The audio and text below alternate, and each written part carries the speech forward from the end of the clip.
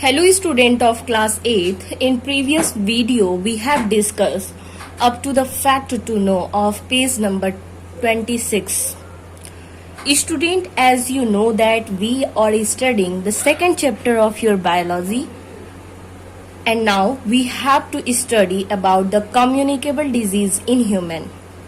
Student, इससे पहले के वीडियो में हमने फैक्ट टू नो तक पढ़ा हुआ है।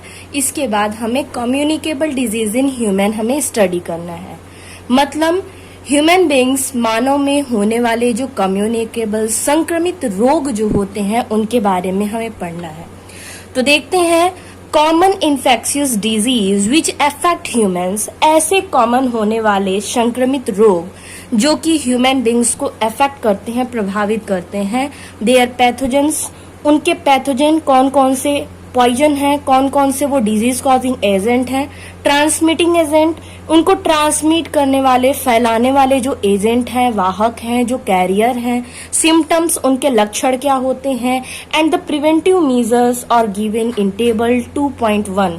और कुछ प्रिवेंटिव मेजर हैं जो कि आप टेबल नंबर 2.1 में दिया गया है। तो हम अभी यहाँ पे स्टडी करेंगे टेबल पे। स्टूडेंट, आप यहाँ से देख सकते हैं कि पेज नंबर 27 पे ये जो चार्ट के फॉर्म में मीन्स ये टेबल के फॉर्म में जो कुछ कॉमन डिजीज दिया गया है, जिसके फर्स्ट कॉलम में डिजीज का नाम है, सेकंड कॉलम में पैथोजन है, पॉइजनस एजेंट जिसके वजह से ये डिजीज ट्रांसमिट होता है। नेक्स्ट कॉलम में ट्रांसमिशन एजेंट है, किस एजेंट के थ्रू ये ट्रांसमिट होते हैं। और नेक्स्ट दिया गया है प्रिवेंटिव मेजर, मतलब इसको प्रिवेंट करने के लिए मेजर क्या है, कैसे हम इसे प्रिवेंट कर सकते हैं। डिजीज में फर्स्ट डिजीज कॉमन कोल्ड है। कॉमन कोल्ड कहने का मतलब कि जो सर्दी जुकाम में होती है वो वायरल इन्फेक्शन है या बैक्टीरियल इन्फेक्शन है। तो आपका आंसर यहाँ से मिलेगा कि ये वायरल इन्फेक्शन है। ट्रांसमिशन एजेंट, ये कैसे ट्रांसमिट होते हैं।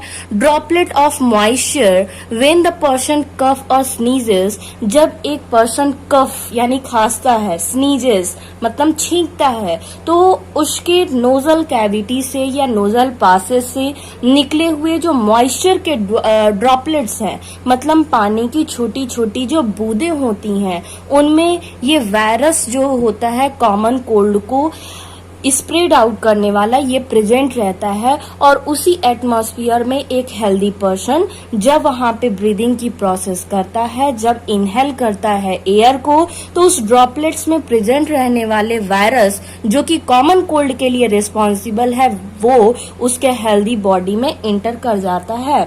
और जैसे ही उनके बॉडी में जाने के बाद उसे फेवरेबल कंडीशन मिलता है, वो तुरंत मल्टीप्लाई करने लगता है और अपने सिम्टम्स को दिखाता है। प्रिवेंटिव मेजर, इसके लिए हमें क्या क्या करना चाहिए। प्रिवेंटिव मतलब सुरक्षात्मक दृष्टि से हम देखें तो क्या क्या हमें करना चाहिए। हाइजेनिक हैबिट्स, हमारी जो आदतें होती हैं वो स्वच्छता का काफी हमें ध्यान देना चाहिए। Covering nose and cough while sneezing and coughing, मतलब स्नीजिंग करते वक्त, कफिंग करते वक्त हमें अपने नोज को कवर करना चाहिए। ठीक है, आगे हम देखते हैं नेक्स्ट वायरस है कौन सा, चिकन पॉक्स के लिए जो रिस्पॉन्सिबल है। इससे ये भी एक वायरल डिजीज होता है, वायरस से इन्फेक्टेड होते हैं। ये डिजीज वायरस से स्प्रेड आउट होते हैं। Breath and saliva of infected person, ये कैसे होता है, जो सलाइवा होता है, सलाइवा मतलब लार कहते हैं। ठीक है, हमारे बकल कैविटी में टोटल 3 टाइप्स की सलाइवरी ग्लैंड होती हैं। एक होता है पैरोटिड ग्लैंड, एक होता है सबलिंगुअल, एक होता है मैक्सिलरी। और ये 3 टाइप्स के सलाइवरी ग्लैंड, जिनमें से सबसे बड़ा जो होता है वो पैरोटिड ग्लैंड होता है, जो कि हमारे लास्ट मोलर टीथ के ठीक पीछे डक के फॉर्म में ओपनिंग होती है।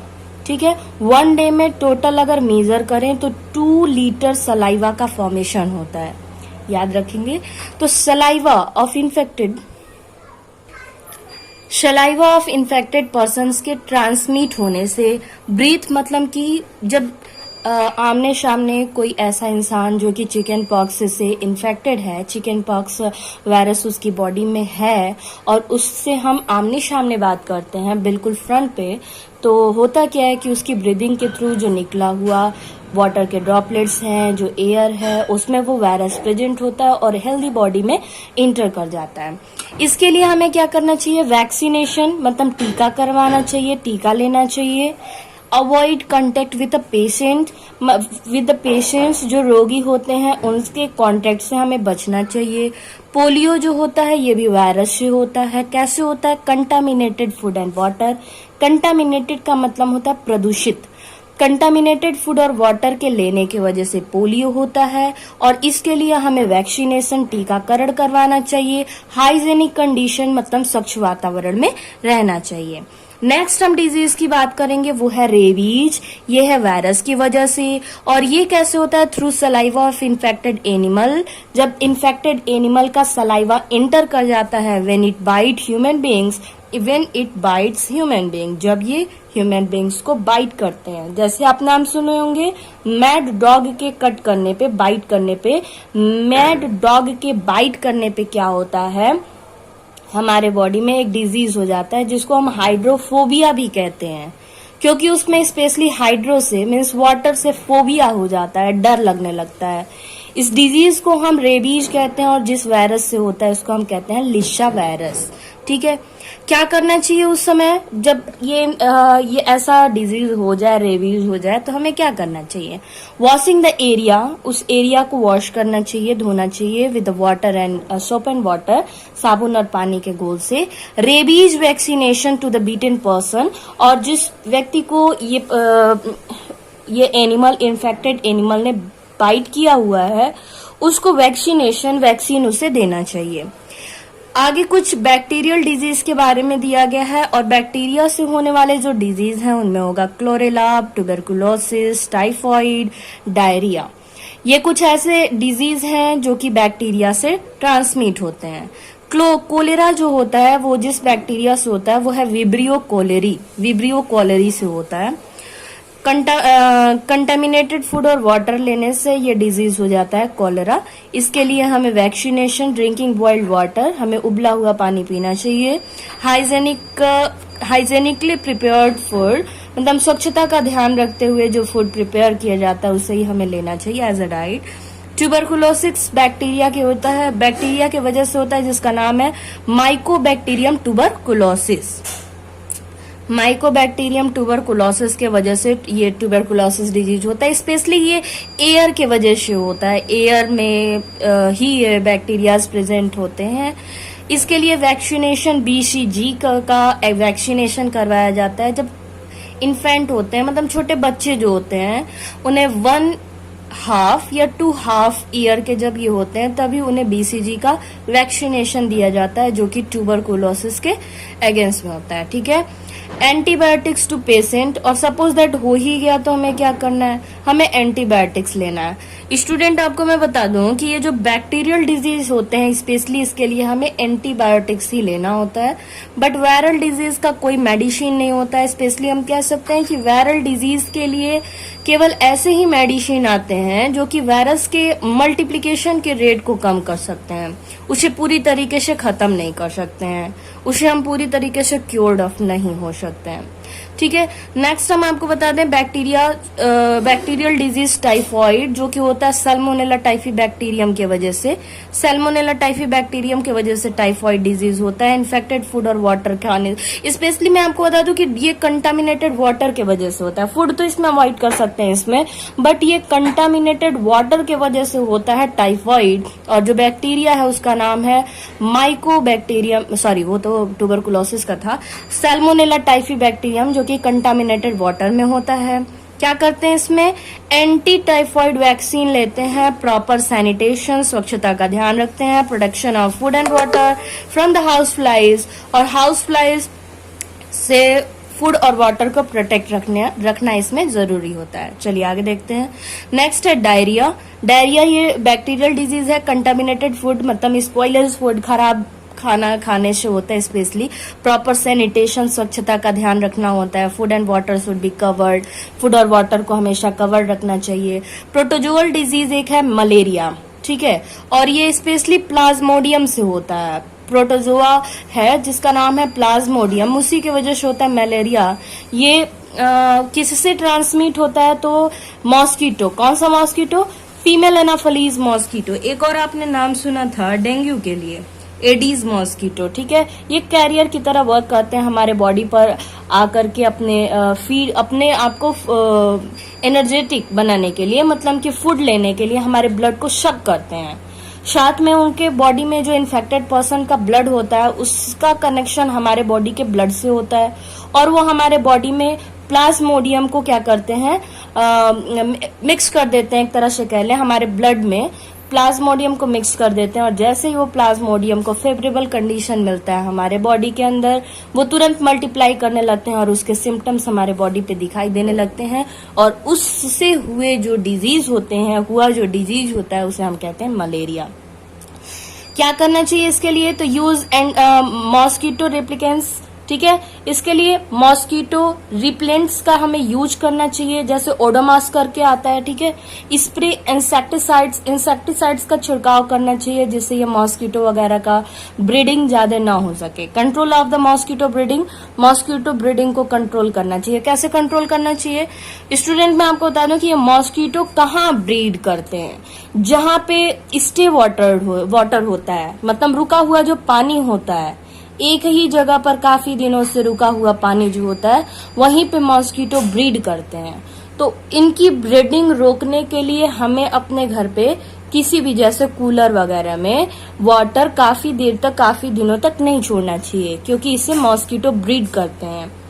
ब्रीड करने का मतलब रिप्रोडक्शन करते हैं, अपने नंबरिंग को इंक्रीज करते हैं। फंगस से होने वाले डिजीज रिंगवर्म और एथलीट फुट है। एथलीट फुट को हम देखेंगे अभी, ठीक है। नेक्स्ट हम लोग देखते हैं रिंगवर्म, दांत खाज खुजली, नाम तो सुना ही होगा आपने। Fungus, direct contact with infected person के कांटेक्ट में आने से ये हो जाता है। फंगल डिजीज तो ऐसे कांटेक्ट से ही होता है, कम्युनिकेबल डिजीज है। इसके लिए क्या करना चाहिए हमें? हाइजीन, स्वच्छता का ध्यान रखना चाहिए। Not sharing infected persons cloth, जो इन्फेक्टेड पर्सन है उसे अपने कपड़ों को, अपने टॉवेल को, अपने कम्ब को हमें शेयर नहीं करना चाहिए। एथलीट फूड फंगस की वजह से होता है, ठीक है। लैक ऑफ हाइजीन, और क्यों होता है? स्वच्छता का ध्यान नहीं रखते हैं इसलिए होता है। Keep the tongues dry and clean, अपने टंग को, मतलब कि keep the toes dry and clean, हमें अपने पैरों की जो उंगलियां होती हैं उसे सूखा और स्वच्छता का ध्यान रखते हुए ये सब हमें ध्यान देना चाहिए। चलिए नेक्स्ट हम देखते हैं, यहाँ से कुछ डिजीज हैं। Disease in animals, microorganism also cause disease in animal. Micro cause organism के वजह से एनिमल में भी डिजीज होते हैं। Some disease in animals are given further.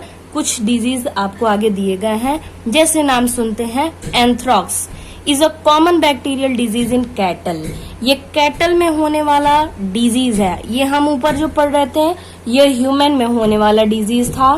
अभी हमें पढ़ना है डिजीज इन एनिमल्स, जो कि स्पेशली 3 दिया गया है। एंथ्रॉक्स डिजीज होता है एनिमल में, बैक्टीरियल डिजीज है। It is transmitted through contaminated air and infected animal. Infected animal के कांटेक्ट में अगर हेल्दी एनिमल आते हैं तो उन्हें भी एंथ्रॉक्स डिजीज हो जाता है। एंथ्रॉक्स डिजीज में यहाँ पे आप देख सकते हैं इनके बकल कैविटी में सोर टाइप का हो जाता है, मतलब कि अल्सर टाइप का बन जाता है। नेक्स्ट है रिंडरपेस्ट। रिंडरपेस्ट में क्या होता है देखते हैं। इसमें वायरल डिजीज है, occur in animal due to contaminated air, water and infected animal. ये air, water and infected animal के कांटेक्ट में आने से होता है rinderpest disease. Foot and mouth disease, ठीक है। इसमें हम कह सकते हैं कि वाउंड टाइप का हो जाता है, मतलब घाव तरीके का हो जाता है अपने आप ही। इसमें क्या होता है, फुट एंड माउथ डिजीज में of cattle is cause by the contact with disease animal, मतलब ऐसे एनिमल जो कि इन्फेक्टेड हैं, जो रोगीले हैं, ऐसे एनिमल के कॉन्टेक्ट में आने से फुट एंड माउथ डिजीज हो जाता है। डिजीज इन प्लांट्स, प्लांट्स में अगर डिजीज हम बात करें तो देखिए plants are also victims of the disease, plant में भी ये डिजीज होते हैं caused by the microorganism की वजह से।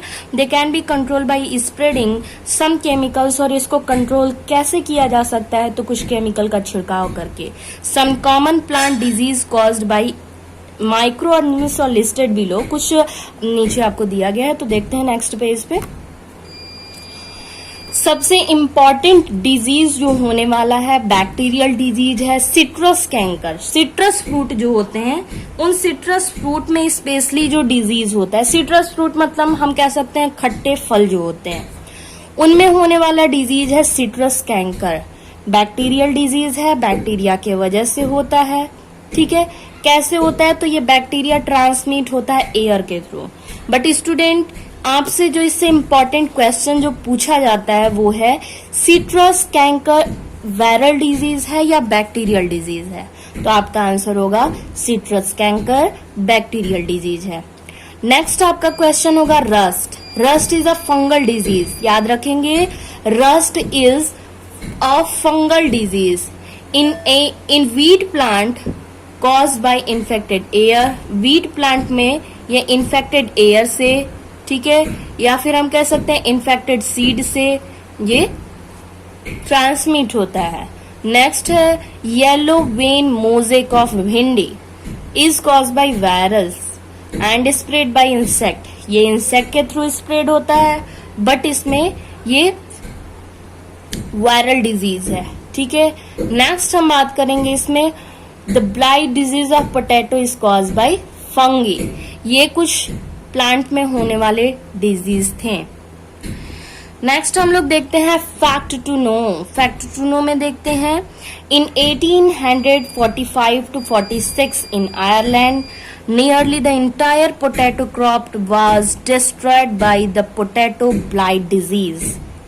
पोटैटो आलू पूरा जो था, जितना भी आलू का उत्पादन हुआ था सब आलू इससे खराब हो गया था। किस डिजीज से? किस डिजीज से हुआ था? Potato blight disease.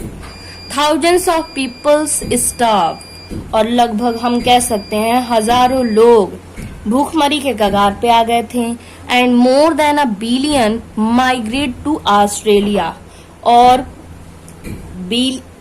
More than a billion, 1 million से, बिलियन नहीं है मिलियन है, 1 मिलियन से अधिक ही लोग माइग्रेट कर गए थे।